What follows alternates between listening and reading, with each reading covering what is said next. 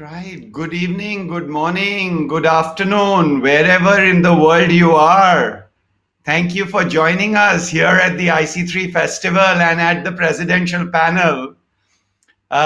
It's been a fabulous day. We're really welcoming friends from all across the world. We have 60 plus countries represented. We have over 1,500 people registered for the festival.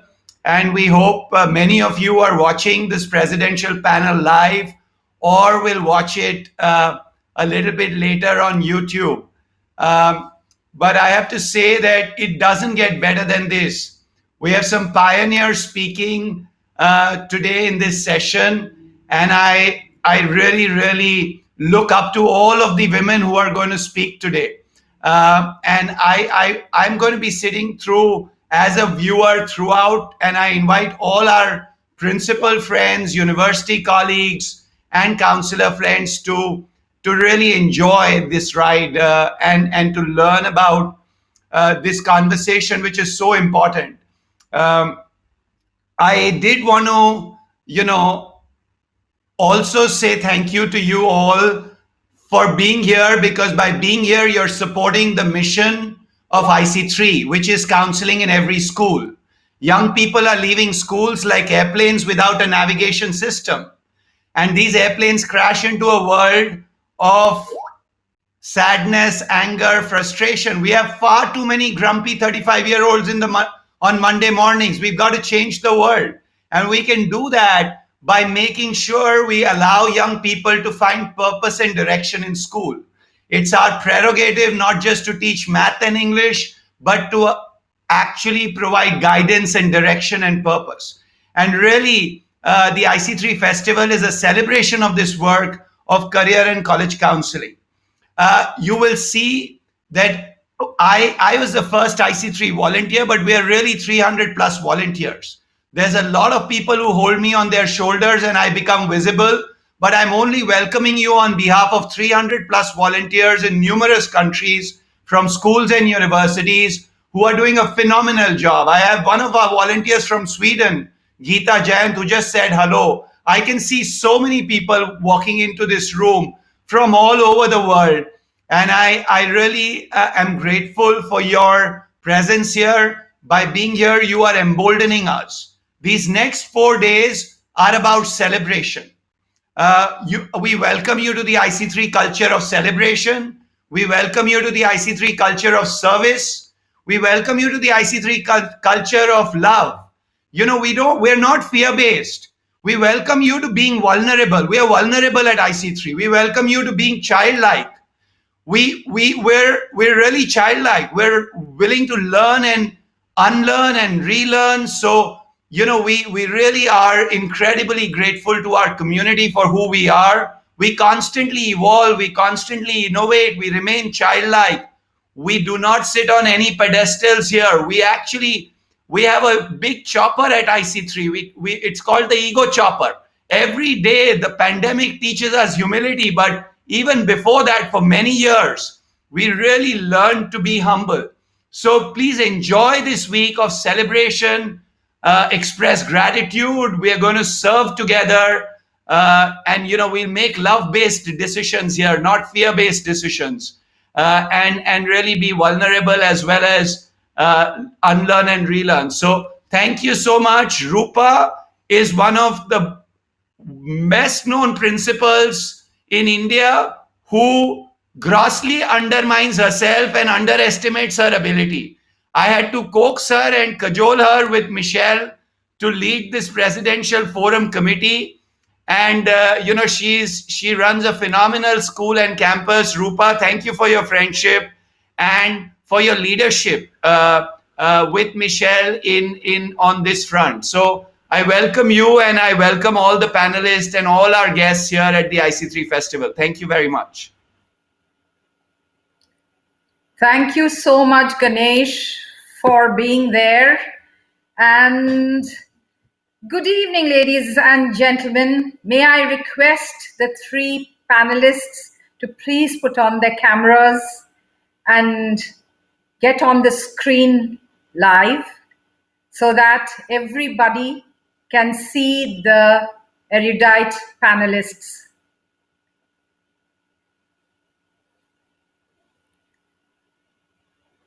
The three panelists we have: Kruti Bharucha, Shalini Kapoor, and Dr. Sandra Faber. Hello, everybody.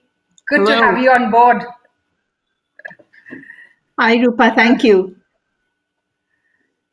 So we've congregated here today under the aegis of IC3 Presidential Forum to discuss on a topic which has been a moot point of discussion in many panels, but we are discussing it a little differently. Careers 2040, balancing technology and the humane element. On this first day of December. December usually heralds in the three wise men. But today we herald in the three wise women who bear with them not gifts of gold nor diamond, but something far more precious. They bear with them knowledge and wisdom. Ladies and gentlemen, I have the proud privilege to welcome our erudite panelists, Kruti Bharucha, Shalini Kapoor, and Dr. Sandra Faber. Stanford University came up with the integrated curriculum of STS. And this is what we are trying to address today. The S stands for society values, the T stands for technological advancement, and the second S stands for science research. And to represent these, we have the first S is society values, is being represented by Kruti Bharucha, who is the founder and CEO of an NGO called Peepul. Peepul, as in the revered tree of India. As a young girl, she would come to India from the US, and she found a lot of inequalities around her.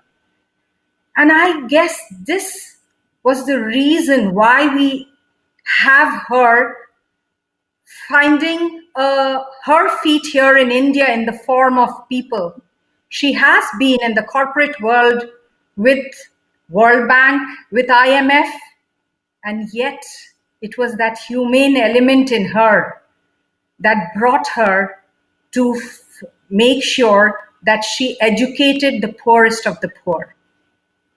To represent the T, we have, that's the technological advancement, we have Shalini Kapoor, the first woman IBM fellow from India and Southeast Asia.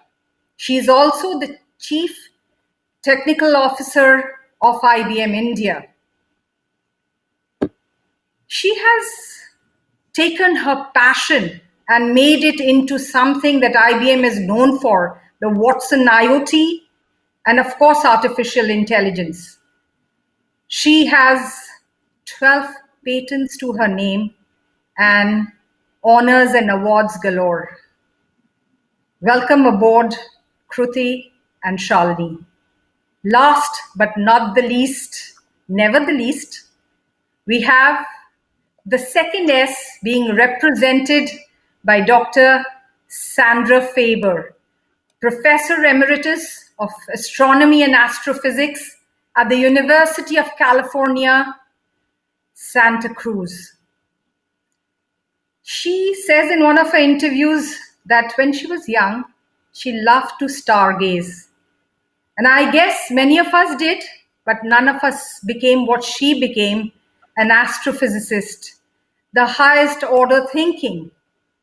And she has the proud privilege of being associated with the Faber-Jackson relation, which actually connects velocity with luminosity. She has also been instrumental in putting together the Keck telescope, and her list of honors and awards are never ending. But just to name two of them, she got the National Science Award in 2013. It was conferred on her, and she received it from none other than the erstwhile president of USA, Barack Obama. And the other award that she has won in February 2020 puts her into that league, the highest league, is the National, or rather the Royal Astrophysics Society Gold Medal. And the previous recipients of this medal have been Edwin Hubble, Stephen Hawking, and Albert Einstein. Ladies and gentlemen, an effusive round of virtual applause for these three wise women. And now I quickly take you through the evening.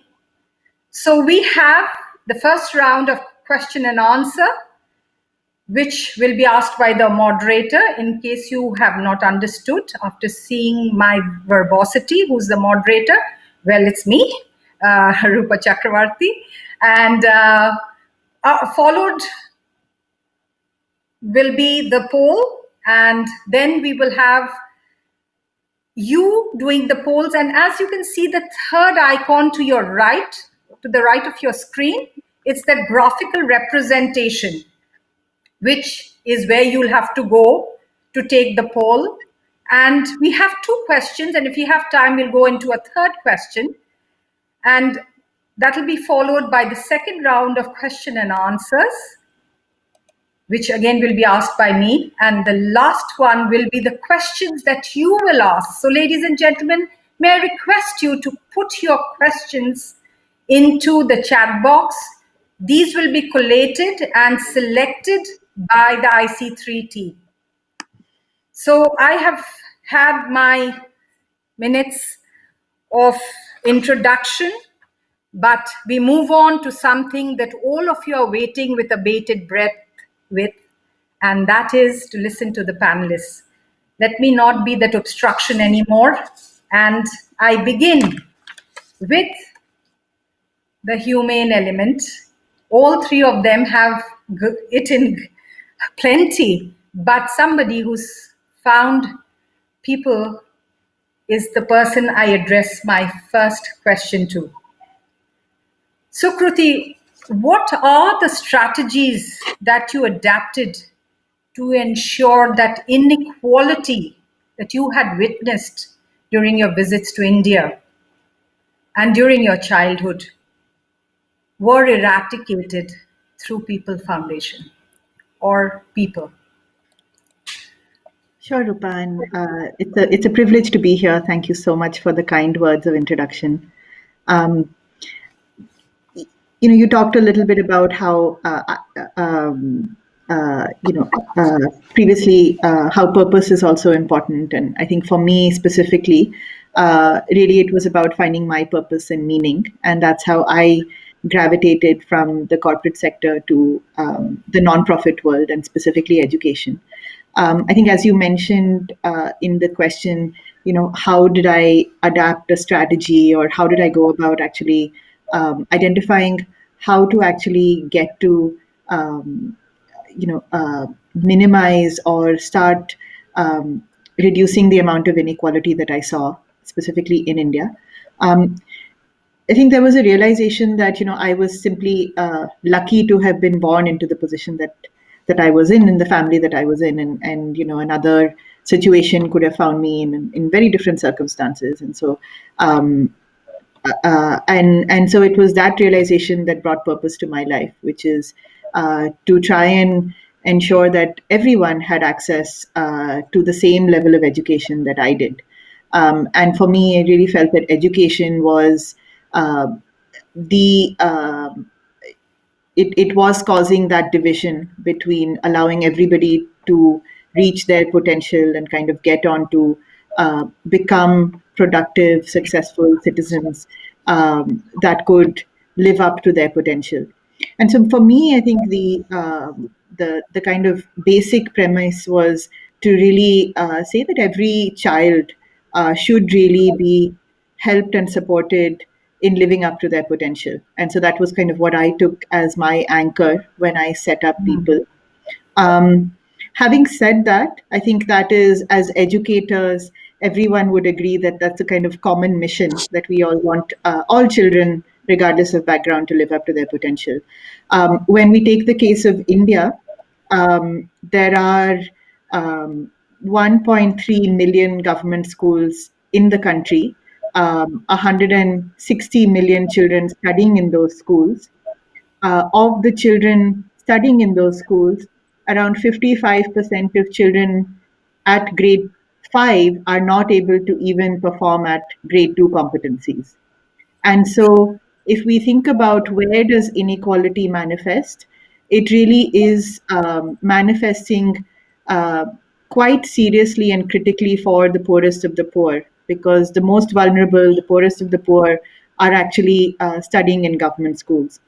And so, in terms of strategy, I think we realized early on that if we really want to make a shift towards reducing the level of inequality in society, helping every child, regardless of background, reach their potential, we really had to take a bet with the government system and really looking at ways in which we could make a significant improvement to the quality of education that is being delivered in the government school system. And so, with that in mind, as we again diagnosed where is the problem? Why are 50% of children at grade 5 unable to read and read a simple text? It came down to the methods of classroom practice or the methods of teaching. And there is so much that, and I'm sure that everybody who's here will agree that there's so much that depends on the teacher. The teacher is really the student teacher interaction is really the one that will lead to much stronger student outcomes if done successfully. And so as people, we've really held that again as our capstone. All of our work revolves around creating meaningful student teacher interaction, improving student engagement in government schools through better pedagogy and classroom practice, which then ultimately will lead to improved learning outcomes. And I'll stop there, Rupa. But I think as we have now grown the organization, we started with 3 exemplar schools in Delhi, which directly impact 1,100 children. We've now scaled, especially over the last year and particularly post-COVID, really scaled the impact of our work and are now working across 100,000 schools, working with about 300,000 teachers, really in ensuring that innovations in classroom practice, student engagement, types of learning are being carried out in the government school system. Thank you. That is a start, because I think it's just the tip of the iceberg that you've talked about. There's so much I'm sure that you would like to share, and all of us would love to hear more, which we would do in the subsequent rounds. I move to Shalini now, and I find as a teacher, students have a divergent thinking prowess. How can their novel imagination be incorporated into new developmental research in technology? Because it's imperative that they get hang of this developmental work. What should schools do to raise the bar for making them more creative? And this I ask as a teacher. Yeah, thank you. Very interesting question. So I'm sure all of you would have heard that technology is a disruption, right? It disrupts our lives. It brings in new things. But I want to step back and go behind this sentence. Technology is a disruption doesn't mean that we learn Java or cloud or AI or Kubernetes, because these are skills. The disruption is caused and the changes in technology happen because of and I want to define that term, is combinatorial innovation. And combinatorial innovation happens at intersection. It doesn't intersection of philosophies, intersection of subjects, intersection of course curriculums, intersection of syllabuses, and that's what is taught at school. So any innovation, I mean, today if we see any new innovation, whether it's a mobile phone or whether it's the Uber taxis that we use, it's a result of a problem seen by somebody, and technology is an enabler, and the technology advancements also happen because people are innovating at the intersection. You see the amount of what we study. Internet itself, internet was created studying the behavior of beehives, right? So it's all a combination of what you observe in the actual life and then apply it to create the advancements in technology. I'll take another example. All of us are comfortable of using weather.com, right? So weather.com, and it is an IBM company, so I know the internals. There are forecast models which are telling whether it's going to rain tomorrow or whether it's going to be sunny tomorrow. About those, there is a lot of data preparation. There are meteorologists sitting in my business unit who are actually working to see that how it can improve over a period of time based on past data, based on a huge amount of data which is collected. So technology and AI is an enabler which is making that forecast model happen.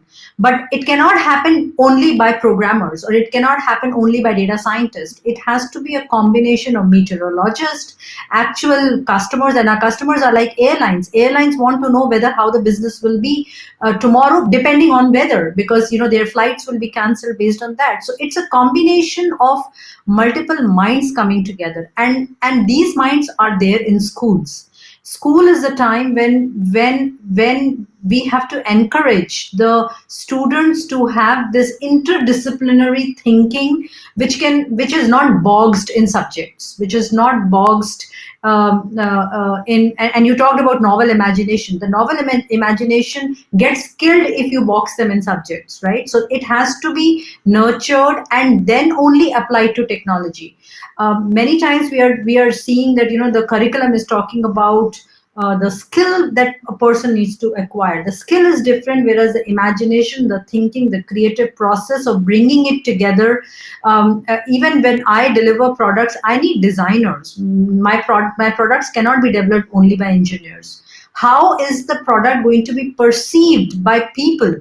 There was a time when in the IT industry, everybody was designing products only for men. They were not thinking that women will be using, and the way the structure of women are and where they click and what they perceive first. Though you have to do an analysis and research of what colors, what combinations. The products would get designed only for men in the whole tech industry. And it's not just tech. For cars are being designed only for men. So you need designers, you need thinkers, you need people at the those skills there, and those skills get developed over a period of time. But at the school level, it's all about interdisciplinary thinking, and that's where we have to encourage, we have to inculcate, and as teachers ensure. It's a difficult task because as a teacher you become a science teacher, you become an arts teacher, you become a physics, and you become a bio, but it all comes together. It all comes together in use cases, and as teachers we have to learn, because the younger generation is going to solve much larger problems, right? So in IBM, we have something called as 5 and 5.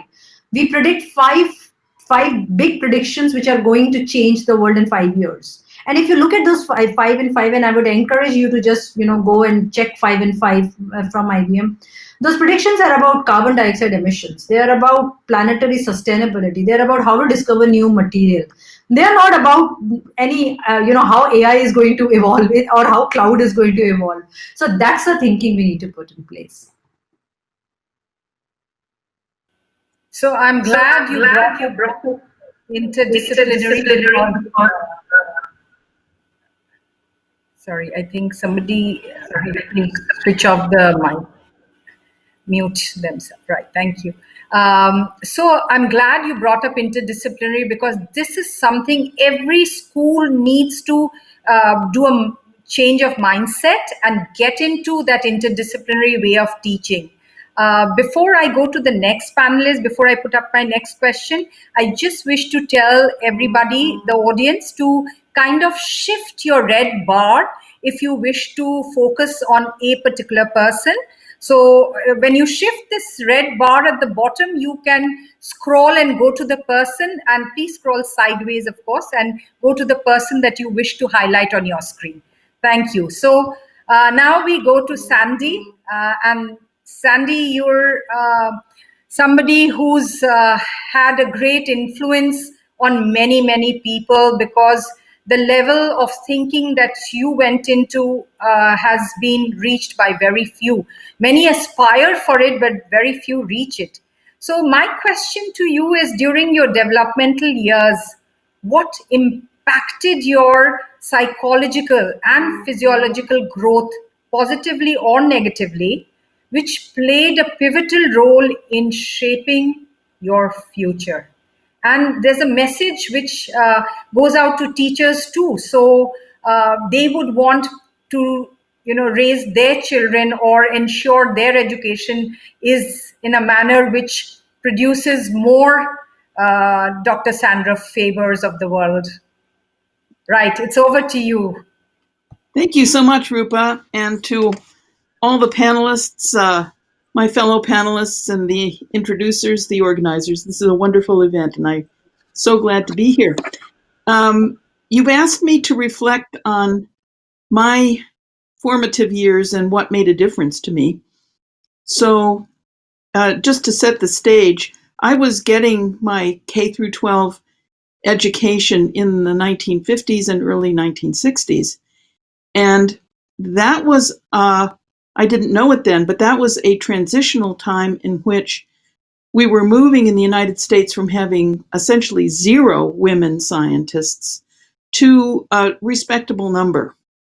But this was all invisible to me, a young person in elementary school. What did I see? First and foremost, I saw the women in my family. My mother did not work. She was not a professional. There were 2 secretaries and no one else who had a job. The other working women I saw, of course, were nurses and the teachers in my school.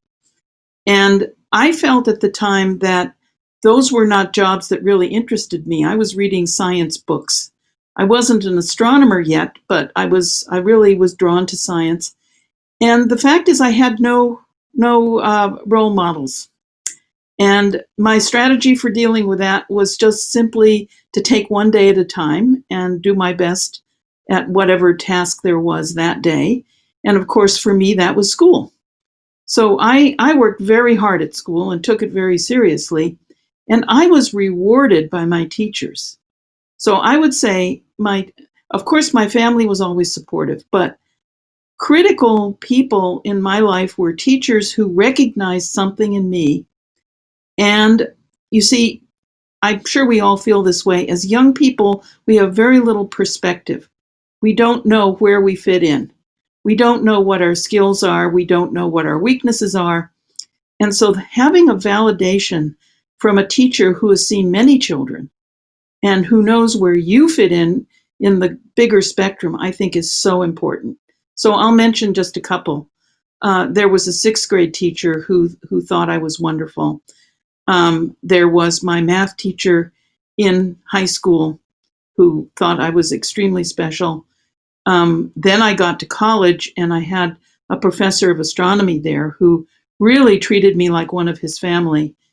And my physics teachers encouraged me to go to graduate school and so on. So I was extremely lucky in my formative years at getting validation from teachers. I know we have many teachers listening today, and I'm just congratulating my own teachers. Unfortunately, not.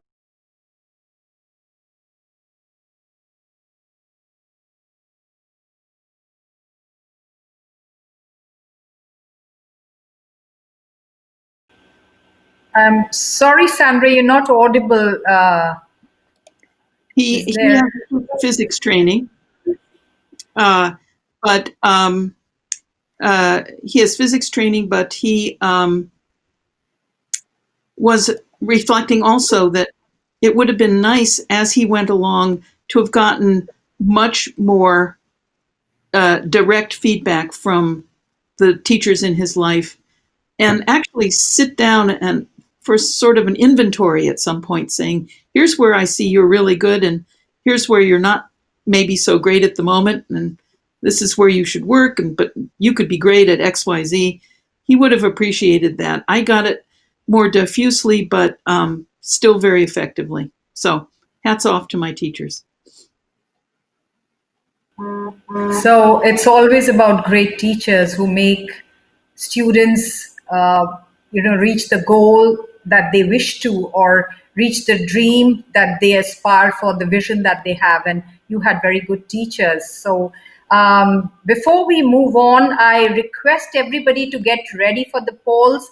And ladies and gentlemen, this is just a bit of information for you that we have 3 panelists here today, 3 very great panelists who are speaking about their lives for us to understand and improve ourselves as teachers and as human beings, I guess. We have 61 countries registered for the IC3 festival. That's something I think is just information which I thought everybody should have, and almost 1,000 plus people in who have registered for this. So welcome to everybody. May I now request for the polls, and we have the question there. The first one, you have 30 seconds to go. What is the relationship between technology and creativity? Technology aids creativity. Technology inhibits creativity. Technology does not affect creativity. So we have 8 votes come in, and we would request others to vote so that we can get a substantial figure of data, enough data for us to have the panelists give their opinion upon.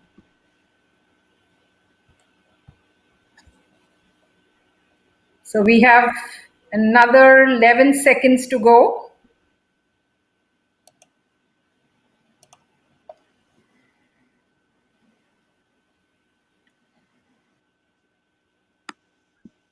All right. So would you like to tell us what the outcomes are, Ashka?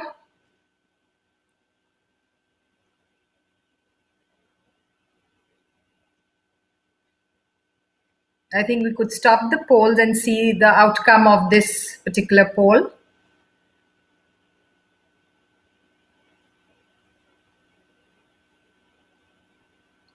Hello, Rupa. It's Michelle here. Yes, Michelle. And I just wanted to, I'm happy to share those results with you as a team member here. I'm seeing at 93% technology aids in creativity. Okay. And there's still a few more votes coming in. And Yes. then has working from home increased the use of technology for us? 67% say more empathetic. Okay. So it looks like people are fairly aligned. Again, certainly some people think it's the same with the technology from home, but definitely the majority says more empathetic. And again, vast majority, 91% still technology aids in creativity. Right. I would like to begin with Shalini. Shalini, what do you think about this particular finding that we have from this poll, that technology aids creativity? Yeah, I'm just writing down. It's an important finding because there are enough people, Yes. talking about this, and it's a live poll. Very interesting that. So let me, let me just, bring up some examples, right? I mean, where would we, if once the pandemic came in, and there was creativity, if I would say, shown by uh, a lot of students, a lot of teachers, and even if we say people who are in bakery business, right? They are setting up sites for people to, get in touch with them. People who are in transportation business, people who are in, selling their wares, something which they would have never thought to do it, they were doing, and they were having physical things. So people became very creative because there was definitely a crisis. But beyond the pandemic, beyond just the pandemic, there is more to creativity, right? And when creativity is enabled by technology, then creativity is faster, it is efficient, and it has a place to reach to, right? So creativity starts with conception, with validation. You have a lot of minds coming together, and you have innovative thinking coming together. But when all of these come together, a technology is the one which gives the form and shape to it.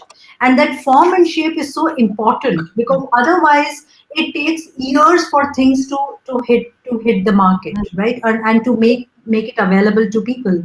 Even if we take the example of iPhone, right? Simple the icons in an iPhone, they are so beautiful that we want to touch them.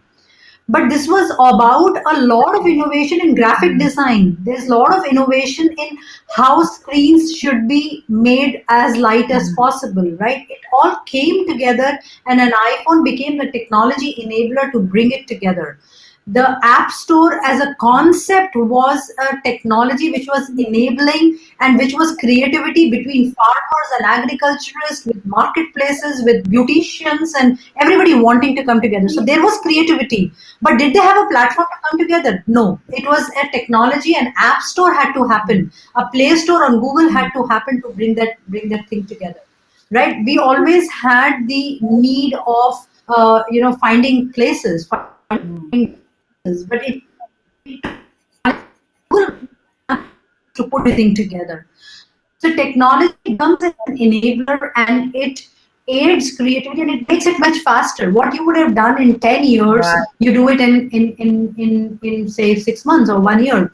I give another example. To discover a new material. See, when you discover a new material, there is so much of application. It could be an application in clothes, in the rubber that we use in tires. But to discover a new material takes 10 years and at least millions and dollars, funding to be able it to happen. But technology can do it in 6 months. Now a new material is discovered in 6 months. So that's the creativity boosting which technology does. Of course, thank you so much, because it's such a lovely perspective that you gave. As a teacher, of course, if you ask me, every teacher across the country and across the globe became creative because they adapted. Whenever you adapt, and I think this was one of the survival of the fittest situation where evolution was happening, and we kind of proved to ourselves and to the world that we are ready to adapt. And this was one of them where we had creativity through technology.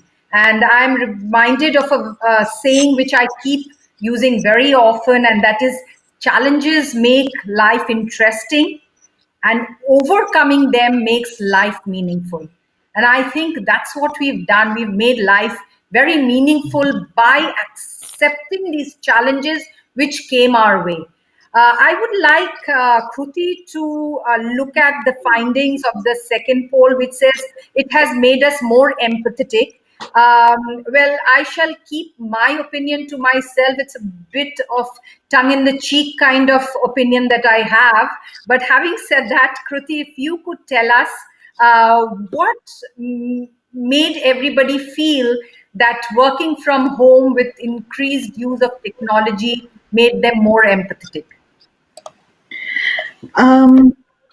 My hypothesis is that I think it's that understanding that now everybody has to adapt, as you said, and be flexible and kind of adapt to a situation that most people were unprepared for. And therefore, if you put yourself in so I think it's that much easier because you are adapting and you're realizing that other people also have to adapt.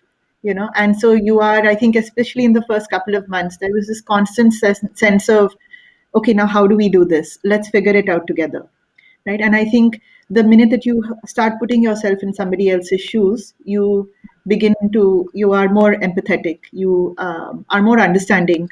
And I think as we've progressed in the pandemic, as there have been lots of um, instances of colleagues having had COVID, or relatives, or in immediate family members, whatever the case may be, I think there is an understanding of how difficult it has been, and despite the challenges, people have continued to do their best to be productive. I think schools have really gone above and beyond to make sure that they can continue to engage their students and make sure learning loss is minimal. And so, but I think at the base of it, it is realizing that it's a completely new way of working. It's a completely new way for the world, and that's probably my hypothesis of why we are, why why everyone's kind of expressed their votes in that way. Having So said that, one thing, Rupa, I would say is that, working from home especially in the education space, one thing that has happened is that, the digital divide has increased, right? And so a lot of what we made happen over the last couple of decades in terms of providing universal access to all children in India, that is gradually going away. And so we had put aside the question of access and started focusing on quality.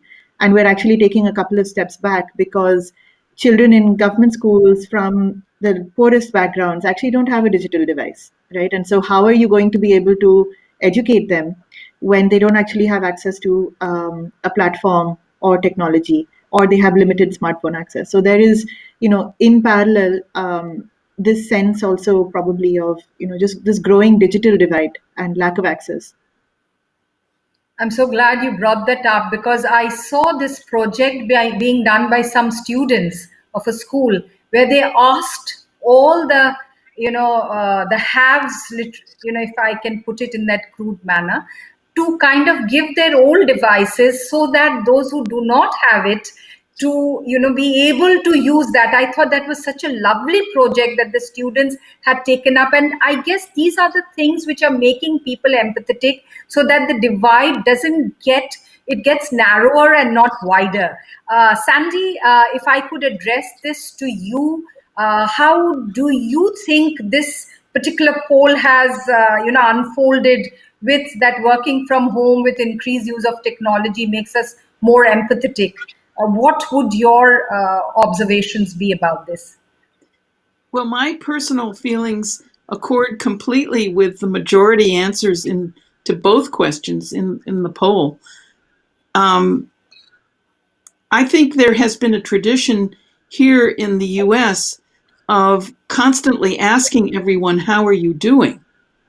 And we're meeting people over technology, over a technological platform, and it's almost ritualistic. How are you doing? Are you well?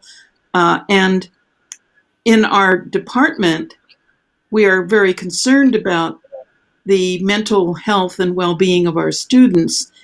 And so there's been quite a movement by the department administration and professors at large to constantly question our students, how are you doing at home, and so on. And I've been part of that by virtue of running something called the Osterbrock program. And I have found that people are extremely different. Some people seem to be thriving under this pandemic condition, whereas other people, it doesn't suit them at all. And so one needs to vary one's approach and be conscious of the fact that some people seem to be comfortable, others not. And so putting this all together, I just say there's just a general awareness in my world that we are in an odd time, and adjustments are needed. And really all of this communication is being enabled by this internet technology. Otherwise, we wouldn't be able to see people at all. True. So rightly said. So I think, whilst you all speak, there is, of course, one thing that emerges, that all size, it doesn't fit everybody. All sizes don't fit everybody. And the other thing that I suddenly realized was, actually, when we are we have this famous saying which says that, wear the shoes to know where it pinches. Now we are all in the same boat and we all know where it pinches for each other. And I think that's what has made us more empathetic, because literally we are in the same boat, So I guess, and it's all global, and it's brought us so much more closer to each other. And with that, I come to a question to you, Sandy, and it is a quote that I picked up, and I wish you to kind of throw more light on it. My foremost objective is to inspire girls to dream and achieve careers in science and technology. What aspects of counseling can be adopted or adapted to ensure a change of thought process in various stakeholders to achieve this? Thank you for the question. So I think one of my themes today is the fact that learning is complex.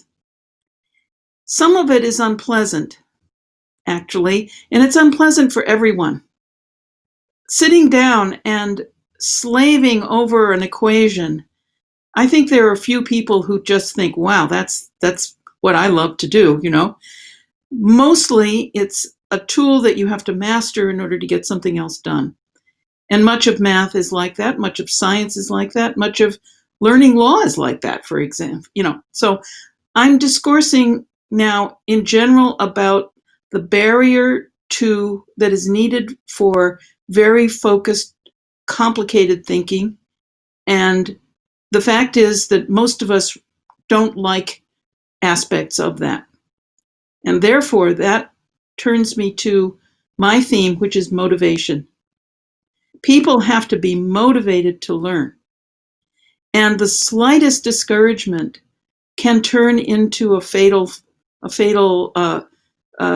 catastrophe that turns people away. I think this is what's happening to girls. So learning is hard for everybody, and the extra discouragement that many girls feel that they are not wanted in their particular field, this is particularly hard on them.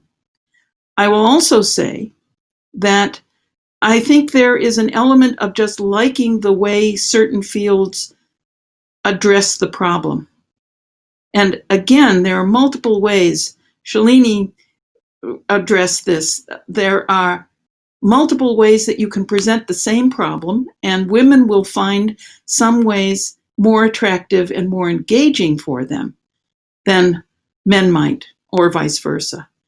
And so what I'd like to stress is the need for a pluralistic culture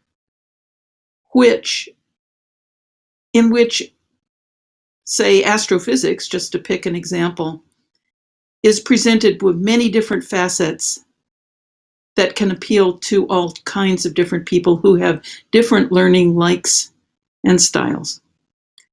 And I'll return to this later in the panel. I really think that technology, with its flexibility, can play a big role in achieving that.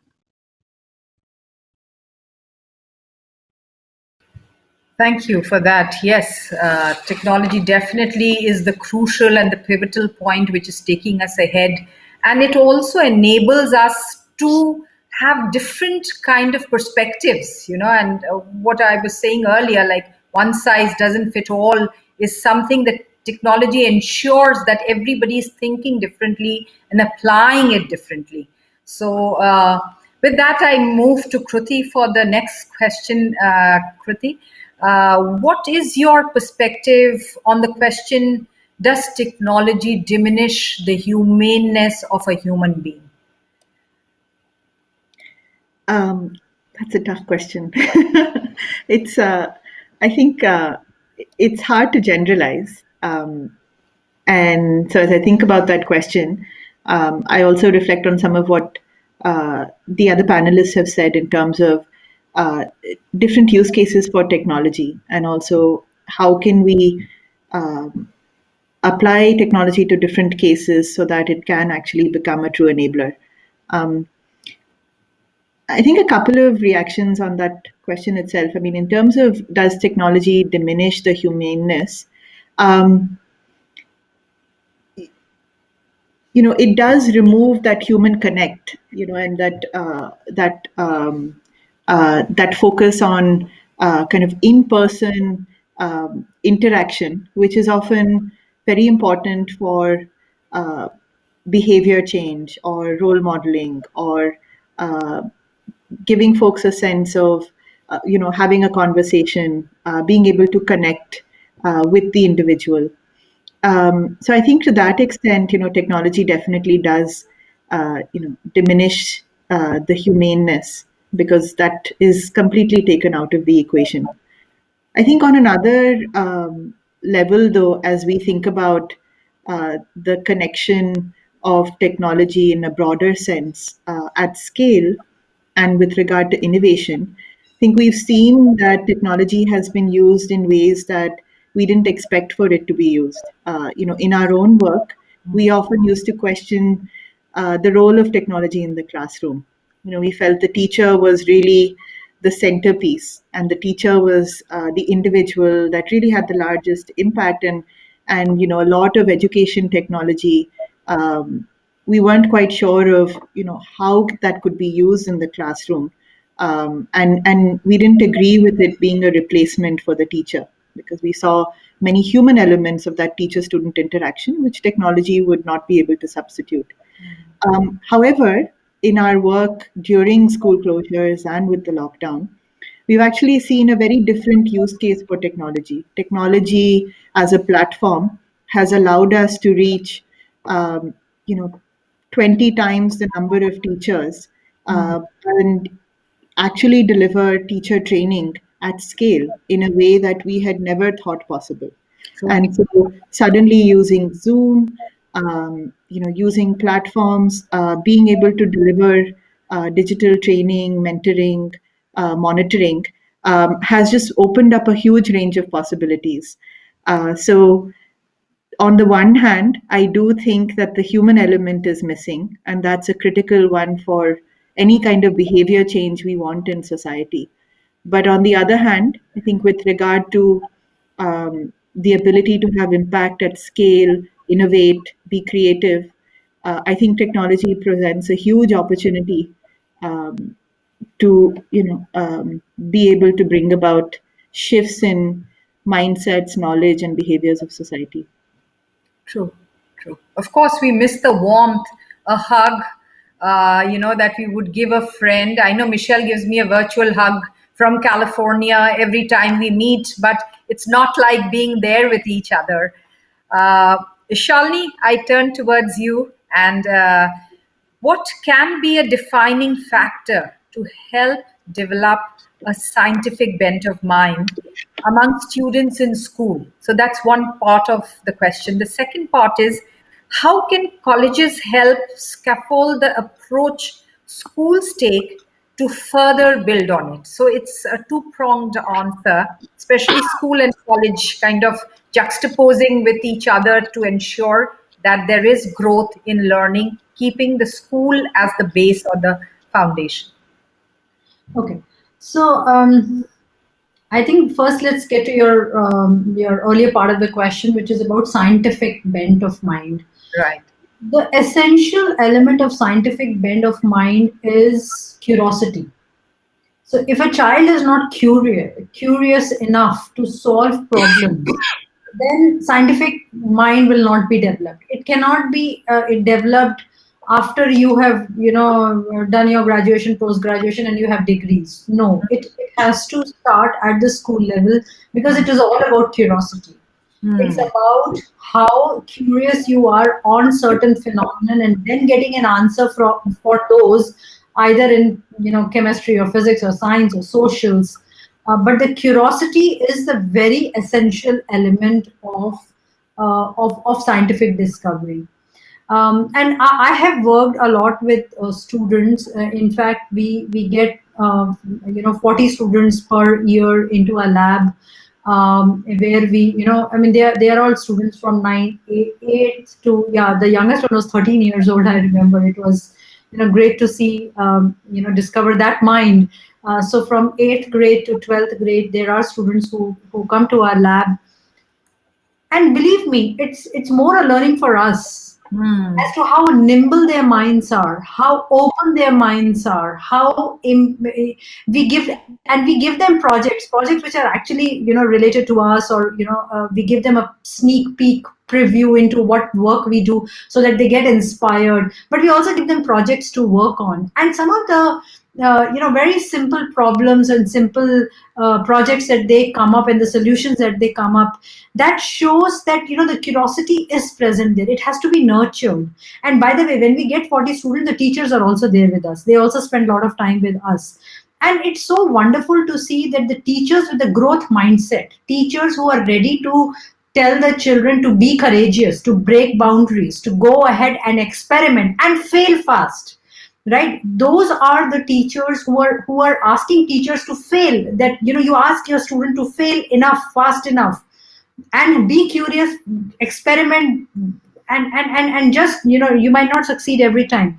Those are the teachers which we see, and those students we see going at different places. And we have seen over the period of years that those students have blossomed into much better human beings. And that goes into college, because even if we do it at school level, the colleges have to be ready to grasp and grab these children to who are thinking, who are curious at the college level, so at the school level. So the college has to provide, of course.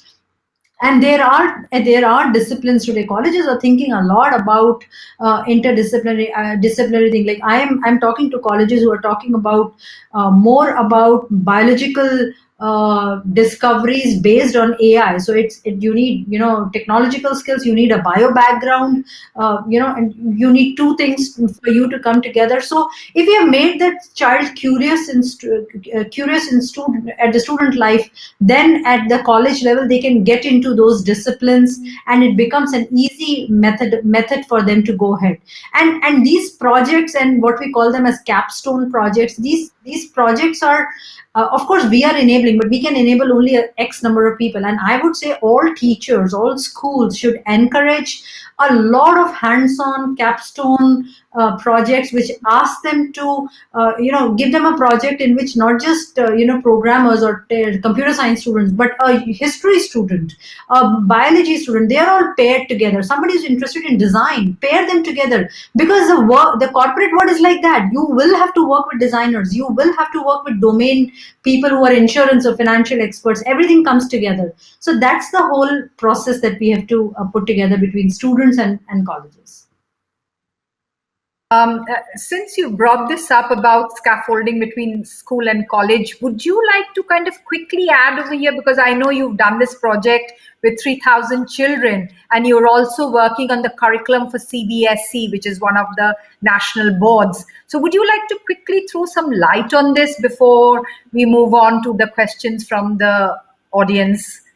Okay, sure. I'll quickly outline these two things. So these are two different things that we did. The first is an experiment with 3,000 children, which was more as my own NGO and my personal involvement, where I was more curious about that technology is built, and in India we have large organizations building technology, but how are students absorbing it? Right? Even if we take things like Internet of Things, AI, right? How are students absorbing? So I had done a fair called Escape Velocity, in which we had exhibits, and we had people coming from different domain and displaying that how a simple concept is explained in maths, or in a simple DNA sampling was done of children to show that how easy it is to do DNA sampling of a strawberry. So they were all practical things which in science, and that was just the main theme was ignite curiosity, because that can be done only in at school level. Right? So that's the first part. And the second is I worked with the CBSE board to put AI as a curriculum, and we have launched it in a couple of schools, and AI is available as a subject for 11th and 12th grade now, and it can be taken by, and it's not just for com science or math students. We have made a curriculum which is AI for all. So humanities or history or commerce students can pick up that subject, AI for all, and build up their skills. So if it needs maths, it will be only a 10th level that you would need. You don't need to be a math student to pick up that course. So it has been launched by CBSE, and I would encourage you to be in touch with your boards to find out. But as IBM, we have been helping build those projects, and we have done teachers training as well, principals training we have done, so that it becomes a full cycle and everybody understands AI. In fact, I feel happy and proud to say that the first training happened in our school, in our auditorium. Okay. So, yes, so I'm very much a part of it, the IBM training, and I met a lot of your colleagues when they came here to train, when I just went up and kind of got them going, so I'm aware. Awesome. Great news. So just to kind of wrap up this round, Sandy, I would like to come to you because frankly, I'm an absolute novice where it comes to the galaxy. I loved stargazing, like I have said before, but I really do not know, and I'm sure there are many people out there who do not know how much of technology you're using to do things and to understand space. Of course, I read a bit about the Faber-Jackson relation and understood that the connection that you're trying to build up between the velocity and luminosity. But how much of technology do you use when you do your experimentations and your calculations and findings with space? Yeah, well, a fantastic amount. I've been privileged to be involved in the construction of big telescope projects. At the time, the world's largest 10-meter telescopes, pair of them on Mauna Kea, and that was a fantastic undertaking. Just think of the technological challenge of having a reflective surface that is 10 meters across, in which it is held to an accuracy of 1/100th the diameter of a human hair. I mean, that is technology at its acme. Or take the Hubble Space Telescope, which was a fantastically difficult project, putting a beautiful optic in space. And of course, there's the famous story. Initially, it wasn't properly figured and had to be fixed, but it was fixed. And as a result, we have wonderful pictures, which the whole world has enjoyed. So short answer to your question is modern astronomy could not exist without, we are sitting at the top of a technological pyramid. That's the best way of putting it. Yeah. But just to note, because you didn't have technology when you were growing up, how easy or difficult was it for you to adapt to technology? I'm not very good at technology. So actually, and so it was not easy. And I think I sort of slid into it. I was learning through textbooks and doing homework assignments. I slid into it through computer programming. That was my first real introduction to modern technology. And I think that worked for me. And by the way, I think we're finding in the United States that hands-on projects involving computer programming for students are very empowering. They can write a program, they can see it work. And for the first time, they have created something that actually works and does something. And it's even better if they can be working for your organization and you can use their program. And then they see it actually in action and feel very empowered by that. So there's something wonderful about computer programming, a new language which most people can learn, and their instant gratification, instant rewards, and instant empowerment. So now we move to the questions from the audience. And I begin with this one. I think it's the pandemic that has made us more empathetic, and technology has helped us stay connected. How we use technology is what matters. So would anybody like to comment on this, or is just an opinion maybe? Because there's also a question, what are the positives and negatives of using technology to communicate? And I would request any of you to take that question. I have a short thought here that might be useful. All right. this is relating to the theme here of how technology can be humane or not. And I think the key that we need to focus on more is maintaining the identity of the contributor who is expressing a thought or producing a new tool.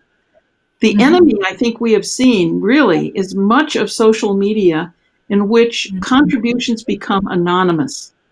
And all you have to do is watch the comment stream for YouTube videos or for newspaper articles.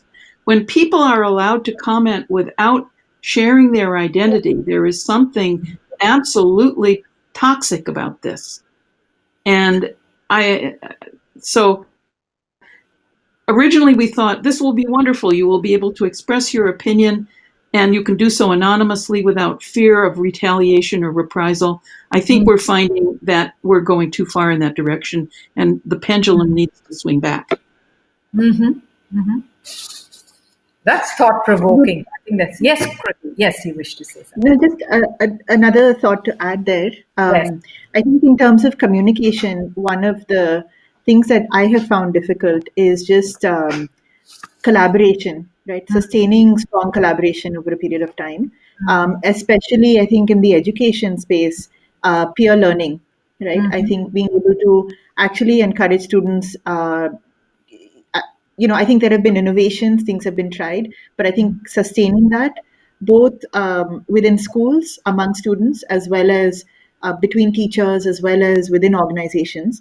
I think it's increasingly harder to actually do a lot of peer learning, peer teaching, and that is something that I found difficult with, how technology, how things are playing out now without any human connection. Right. That's right. That's absolutely well put. There's a question that I wish to read out now. More and more students in metropolitan cities are enamored by the glamour of offbeat professions and moving away from the traditional, most elite line of education or learning or professions. Science stream, which are more labor intensive and time consuming subjects, are one of them. How do we get students to come back to these streams? What's the question clear? Should I read it out? It's an interesting question. Shalini, would you like to go for it? Rupa, I'm sorry, I had got logged out and I just logged in again. So Okay. If you can repeat the question, please. All right. It's a very interesting question.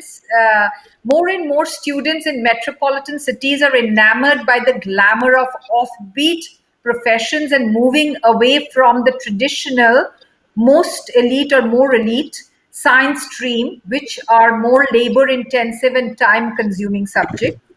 How do we get students to come back to these streams? So, first of all, I don't know, I agree to the more elite part of it. I have been a science student in my life and I wouldn't call it elite, right? Because, but I understand where the teacher is coming from. I understand that, you are wanting the children to focus more or to so I think we have to fundamentally it's not about attraction, it's not about, it's what the students hear in the market which they feel they are aligned towards, and I think we should let them flow. And today there is a lot of discovery and lot of research in careers like, again I'm coming back and I took this example and I'm coming back to this. There's a lot of research, there's a lot of discovery in professions like design, in professions like psychological counseling, in professions like how learning happens, how learning capability happens. There is a lot of discovery and there is a lot of in-depth boundaries that you can push in political science, for example. Public policy is such an important subject these days.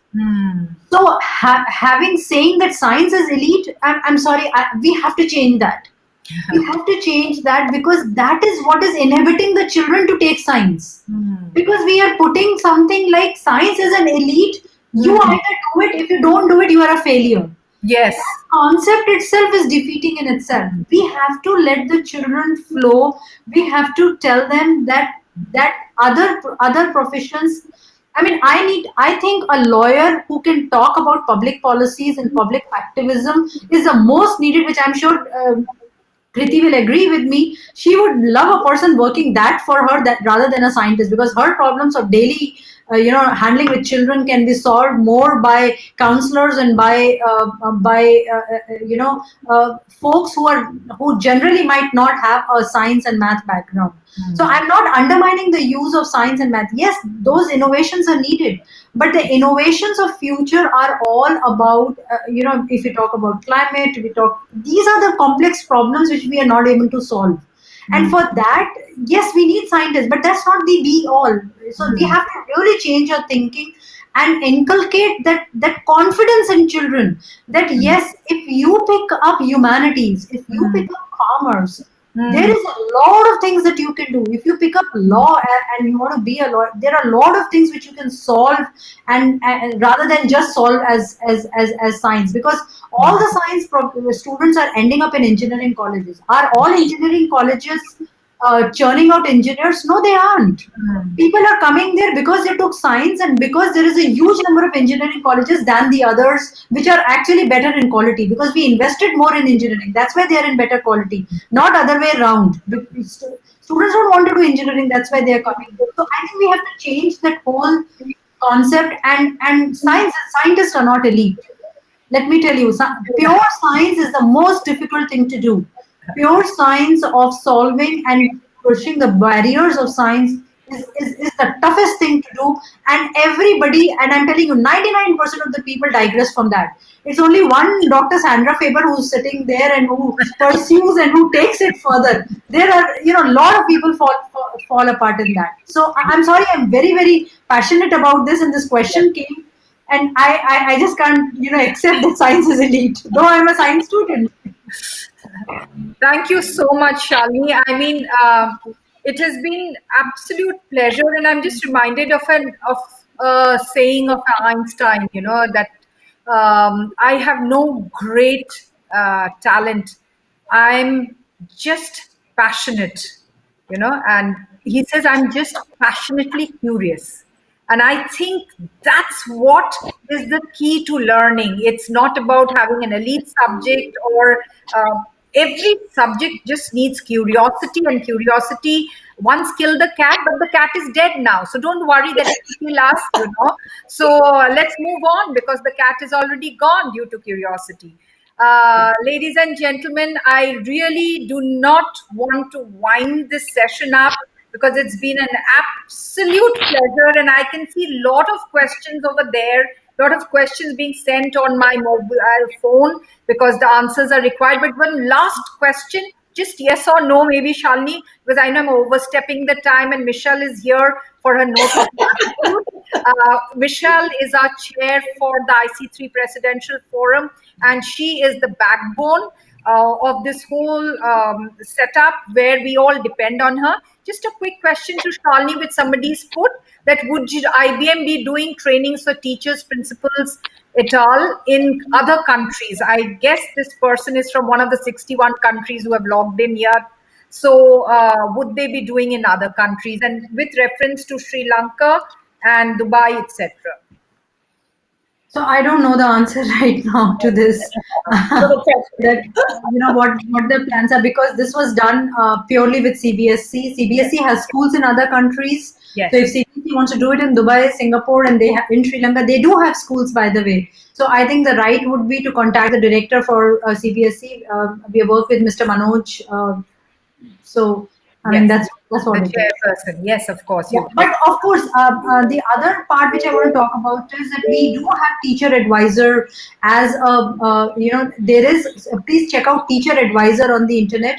That is made only for teachers to tell them and guide them how they can advise their students. And, it picks up on math, and it's an AI based tool. So do look at teacher advisor, which is available, for all the teachers. Thank you so much for that. And thank you, all of you. I would like to really, thank the audience also for participating, in such a manner that we got very good perspective of things. And now I hand over to Michelle.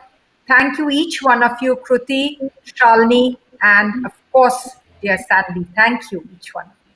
No, thank you so much, Rupa. And I want to just be very brief. And it's wonderful to, see everybody. I do wish we were there in person. But again, thank you for joining us today. And our panelists, and Rupa, you kind of disappeared with your video, but I want to thank you. You were tirelessly committed to this and really getting to know each of our panelists.